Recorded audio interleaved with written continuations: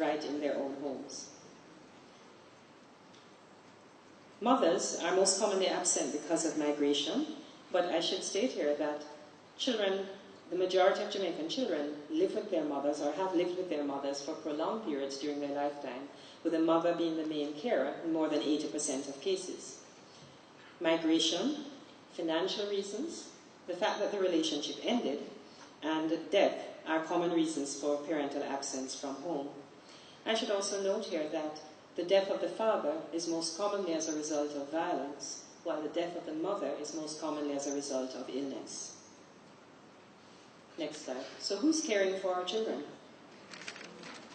When the biological mother is absent, the mother figure is most often the grandmother, particularly when children are under the age of 12 years. The grandmother represents a stable biological figure. When the children get to about 16 years, the aunt and a sister become the surrogate parents, probably because grandmothers have gotten older and a little more feeble. However, when there are no fathers, the mother's boyfriend or the stepfather becomes the father figure. This can be a very changing person. However, probably less than the nature of the father figure, less important, is the fact that Jamaican children identify no father figure in 8 to 12% of cases. How does this structure impact on our children? Children in less stable parental unions, or children who are victims of child shifting, having to move from home to home, have withdrawn behavior, delinquent behavior, and aggressive behavior. We have looked at parenting types in Jamaica. Maureen, a psychiatrist, put forward this picture of parenting types many years ago, and it identifies 4 types of parenting. There are 2 categories. There's a responsive nature of the parent, and there's a demanding nature of the parent. The uninvolved parent is undemanding and unresponsive, pays no attention to the child at all, and makes no demands on the child. The permissive parent makes no demands on the child, but responds somewhat to the child. These are the children who, when they're coming to your home, when their parents are visiting your home, you kind of ask them whether they're bringing their child along with them, because the children have no limits and no guidelines. You know them well. The authoritative parent, which has the best outcomes for children, are those parents who have set reasonable demands for their children, not excessive demands. They set reasonable demands for their children, but they are also responsive to their children's needs. Parenting in Jamaica has been identified as being authoritarian, where high levels of demands are set for children, but parents tend to be largely unresponsive to children's needs. The type of children that are created by this type of parenting are angry, hostile children. It's often associated with harsh levels of punishment. We decided to study parenting in Jamaica a little bit further and looked at what stresses parents thought they were under as a result of parenting. The measure that we used looked at parenting in 2 ways: concerns that the parent had about the child and concerns that they had about themselves. In terms of the child, parents reported that their children were not acceptable to them. Parents reported that their children were too demanding. In terms of themselves, they were quick to report that they did not feel competent as parents, that they had no attachment to their child, that parenting was restricting their activities, and that they did not have the support of a spouse. Now, the international literature has looked very much at depression as impacting on children's development. We measured depression in this study, but the stress associated with parenting, with the child concerns and the parent concerns mentioned, were more important in children's outcomes than parental depression. Children of parents with high parenting stress levels have poor mental development, poor academic achievement, and they have more behavior problems. Parents with high parenting stress levels use harsh parenting measures, creating more hostile and more angry children. Recent research, however, has shown that parenting information and support is associated with reduced parenting stress. If parents are telling us that they're not competent, and parents are also telling us that once they get the information and support, we can reduce their parenting stress, that gives us a very loud message.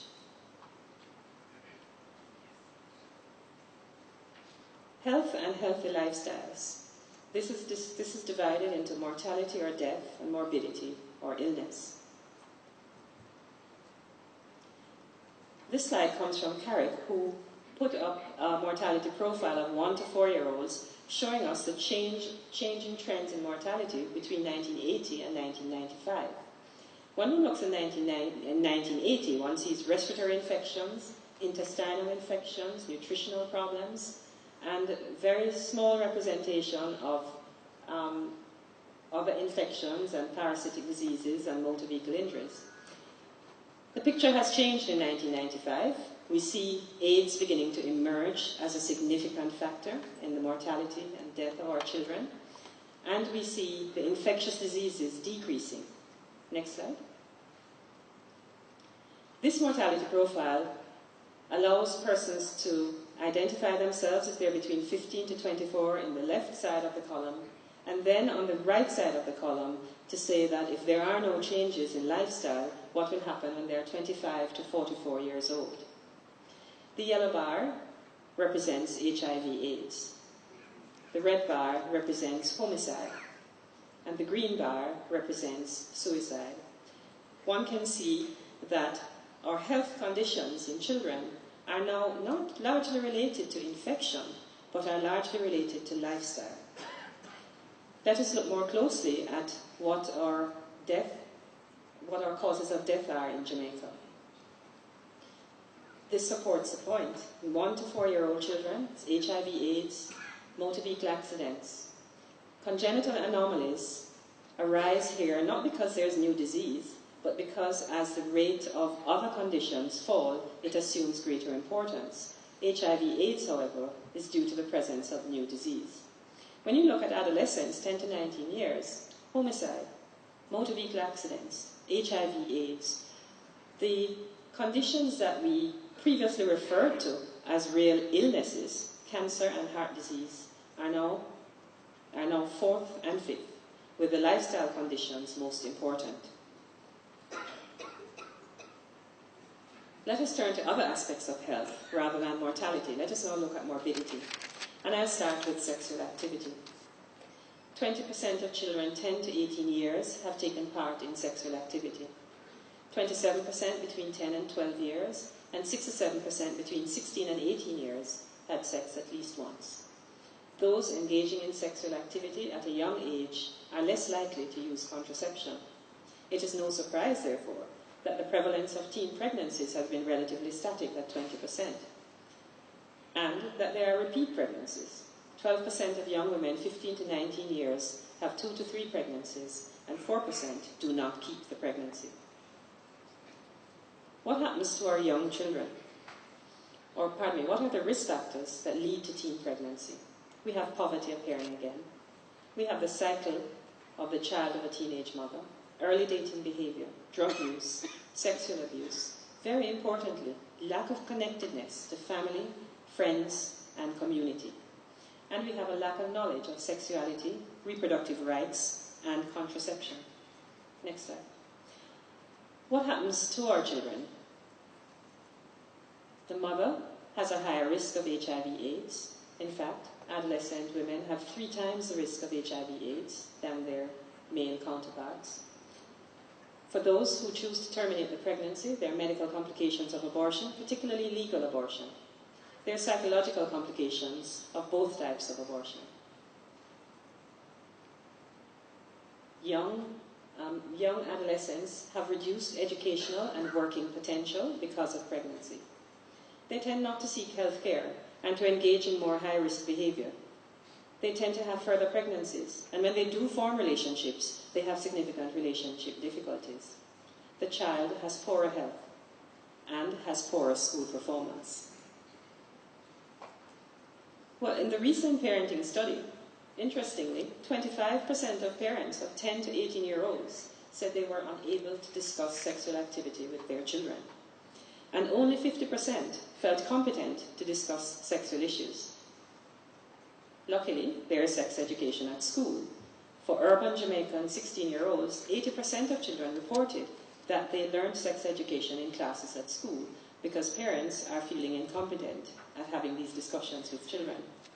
However, 60% are learning from their friends, almost the same as are learning from school. 40% from their mothers and 20% from their fathers. Next slide. But let's see where they really learn about sex. When they watch television, there are 14,000 sexual incidents per year. These figures are from the United States. We do not have comparative figures for Jamaica, but as we watch so much cable television, I suspect they are very similar. Of these 14,000 sexual incidents, 170, or 1%, discuss abstinence, birth control, sexually transmitted diseases, or pregnancy. 1/3 of family programs make sexual references. Soap operas show extramarital sex 8 times more than sex within marriages. I hear everybody murmuring, everybody knows this, right? 53% of girls and 27% of boys in Jamaica at the age of 11 to 12 years watch soap operas regularly. The message here to parents is that if you don't talk to your children, somebody else will. The concerns of HIV/AIDS in terms of mortality were mentioned earlier, but I would also like to heighten the concerns of children with morbidity. Children are largely infected by perinatal transmission from mother to child, but probably the larger proportion of children are affected without being infected. They are affected economically by the illness and the death of their parents, and if you remember, the loss of parental earnings contributes significantly to poverty in a household. They're also affected because they have to care for parents and siblings. They're further affected by stigma, discrimination, and marginalization. Our children learn very early about discrimination. Next slide. We have been able to make inroads into the proportion of AIDS cases, both male and female, and this has been due to the hard work of the health services and public education.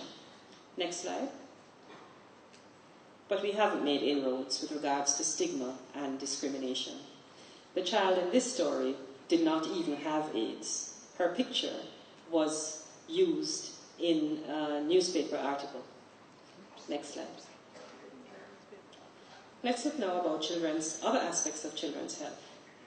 Obesity, nutrition, and exercise. Obesity is now more common among Jamaican children than on the nutrition.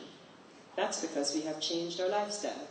We now have high fat and sugar and low fiber diets, the type typically found at fast food stores, and a sedentary lifestyle, computers, video games, videos, TV. The impact is that we are seeing chronic diseases in childhood much more early than we would previously see them. And we are also now seeing an increase in chronic disease in adulthood. The intervention that has been proven is that healthy lifestyles need to be encouraged from an early age in those first few years of life. Taking children to fast food places for homework, for doing homework, and for coming first in class is actually not doing them too much good. I want to also address the important aspect of mental health, and this will arise again later on. Mental health disorders are set to become the leading cause of disability by the year 2020 if we continue the way we are. They currently account for 1/3 of years lost to disability. Child mental health disorders are considered to be of increasing importance because we now know that antisocial, aggressive, and violent behaviors do not first begin at 16 or at 20 or at 25. They have their beginnings in childhood with the difficult child to manage that does not get the attention that he or she needs. The most common conditions that we see in children under the age of 10 years are the attention deficit disorder, learning disorders, child abuse, adjustment disorders, and the adjustment disorders are commonly children having to adjust to changing parental relationships or to loss of family members through migration or through death. The disruptive disorders, these are the oppositional defiant disorders, the conduct disorders,